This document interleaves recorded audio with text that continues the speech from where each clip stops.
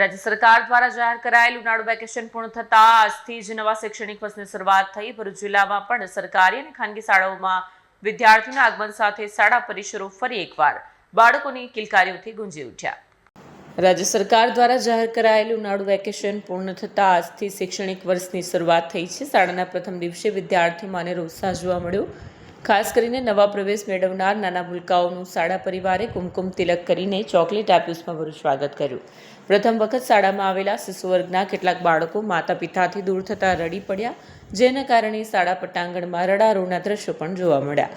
શિક્ષકો દ્વારા બાળકોને રમૂજી અને સર્જનાત્મક પ્રવૃત્તિઓમાં જોડી તેમને શાળાના વાતાવરણ સાથે પરિચિત કરવાનો પ્રયાસ કરવામાં આવ્યો। શાળા છૂટ્યા બાદ માતા પિતાને જોઈને કેટલાક બાળકો ફરી ભાવુક થયા। નમસ્કાર, જય શ્રી કૃષ્ણ। આજે શરૂ થતા શૈક્ષણિક વર્ષ 2026-27માં હું પટેલ શ્રુતિ પ્રાર્થના વિદ્યાલયના આચાર્ય આપ સૌનું હાર્દિક સ્વાગત કરું છું। પ્રાર્થના વિદ્યાલયમાં પ્રાર્થના અને ભક્તિમય વાતાવરણ સાથે અમારા નાના ભૂલકાઓનું હાર્દિક સ્વાગત કરવામાં આવ્યું છે। પ્રવેશ ઉત્સવ અંતર્ગત બાળકોનું તિલક કરીને સ્વાગત કરવામાં આવ્યું।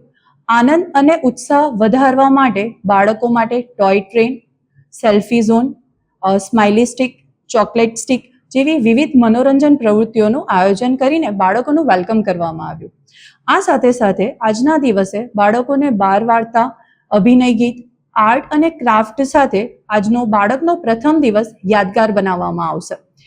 અમારા માટે ગૌરવની વાત છે કે પ્રાર્થના વિદ્યાલય 20 વર્ષ પૂર્ણ કરીને 21મા વર્ષમાં મંગલ પ્રવેશ કરી રહી છે, ત્યારે આ વર્ષે પ્રાર્થના વિદ્યાલય પ્રી પ્રાઇમરી સેક્શન સંપૂર્ણપણે બેગલેસ રાખવામાં આવ્યું છે, જેથી બાળકો આનંદમય, સર્જનાત્મક અને તણાવમુક્ત વાતાવરણમાં શિક્ષણ મેળવી શકે। ચાલો સૌ મળીને આ નવા શૈક્ષણિક વર્ષની સુંદર શરૂઆત કરીએ અને દરેક બાળકના ઉજ્જવળ ભવિષ્ય માટે શુભેચ્છા પાઠવીએ। વિડીયો જર્નાલિસ્ટ વિરેન્દ્ર પાટીલ સાથે સત્યા ટીવી ન્યૂઝ, ભરૂચ।